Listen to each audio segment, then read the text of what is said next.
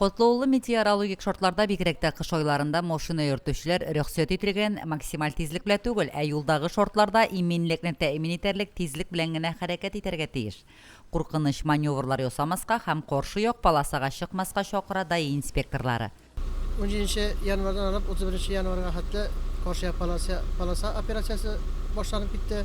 Biz bu operasiya vaqtında tiyiş tugulcilere karşı yak polasaga çıkan maşina yürütüşler tutup biriketmeler tecrübe. Birinci tapır ilekende maşina yürütüşüge 7 min yarım ştraf ili 4 aydan 6 ayga hatlı maşina yürütü hukukuna mahrum bola.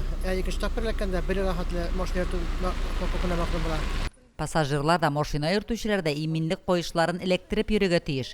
12 яшькә кадәрге балалар бары тик махсус җайланмаларда гына йөртелергә бурычлы даи инспекторлары.